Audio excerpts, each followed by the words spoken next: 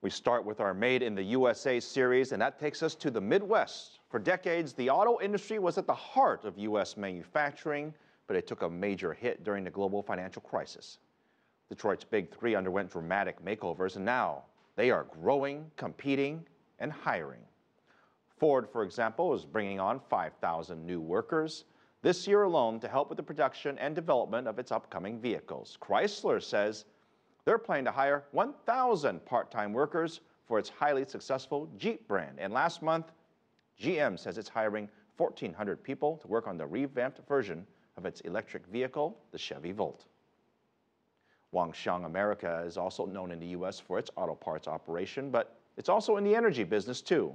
The company makes solar panels at a facility about 90 minutes northwest of Chicago, and Wang is here to tell us more. This is a pretty interesting story. Yeah, this is one of China's largest auto parts companies, and in the past, when we talk about Chinese investment, we talk about Lenovo buying up the IBM's laptop section. We're talking about Shuanghui's acquisition of Smithfield. Those are merger and acquisition, but we have seen an increasing number of Chinese firms that have set up plants here, creating local jobs, and Wanxiang is just one of them. And last week, I visited one of their plants in rural Chicago, and I found some very interesting stories there. Let's take a look. This is Rockford, Illinois, a small town some 130 kilometers from Chicago. And it's where Wanxiang, one of China's largest auto parts makers, has set up a solar plant, the first such Chinese factory in America's Midwest. To see how a Chinese company can benefit from a solar factory here, we caught up with the plant's manager, Brent Anderson. Brent, why would Wanxiang set up a solar factory here? What is the comparative advantage? There are several advantages. One is that the government has a Buy American Act, so makes it conducive for some governmental agencies to buy American panels. There's shipping costs involved. So whether when you're buying an Asian product, you have to ship that over. Energy costs are very low in Illinois, in the Midwest, and so for running this production facility, very little of our overhead is energy costs. Is there a concern of rising labor costs in China? There is a concern. They're continually raising labor costs in China. And we'll see in the future, in June, there's supposed to be a ruling on the next tariff that could be as high as 30–40%. Making it here saved all the trouble. Right? Saves all that trouble. It's not just Wanxiang. Chinese textile company Guan is investing more than $200 million to set up a textile plant in North Carolina.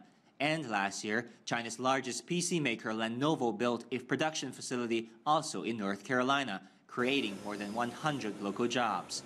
According to Rhodium Group, Chinese investment in the U.S. reached $14 billion in 2013, twice as much as in the previous year. On the local and state level, governments are craving for Chinese investment to set up plants such as this one to create local jobs. But there seems to be a disconnect on the federal level. More Chinese investments have come under intensified scrutiny by the country's foreign investment watchdog on national security grounds. In the election year of 2012, a number of Chinese investments were blocked by the Committee on Foreign Investment in the U.S., or CFIUS. In 2013, Wanxiang America met similar challenges. Ping Ni is president of Wanxiang America, and he shared his advice for Chinese companies on dealing with CFIUS. We totally respect a different voice, because that's what democracy is about. What we're doing to make sure there's no national security issue, and what we're doing to clearly demonstrate such acquisition will only help the U.S. economy. Obviously, politically, the wind could blow from the left, and it could be from the right. What we need to pay attention is the procedure, policy analysis, and how do we make sure we comply with all this procedure and policy. Wang, first of all, I love this topic, and you've been researching whether or not there is a real competitive advantage for whether you're manufacturing in the U.S. or manufacturing in China.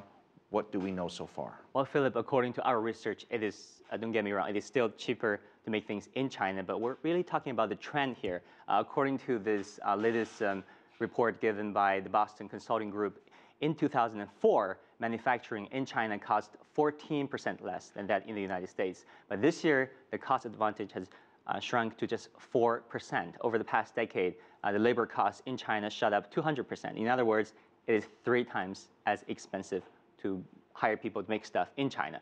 And energy costs, electricity costs in the United States are already more expensive in China, in many parts of China, actually.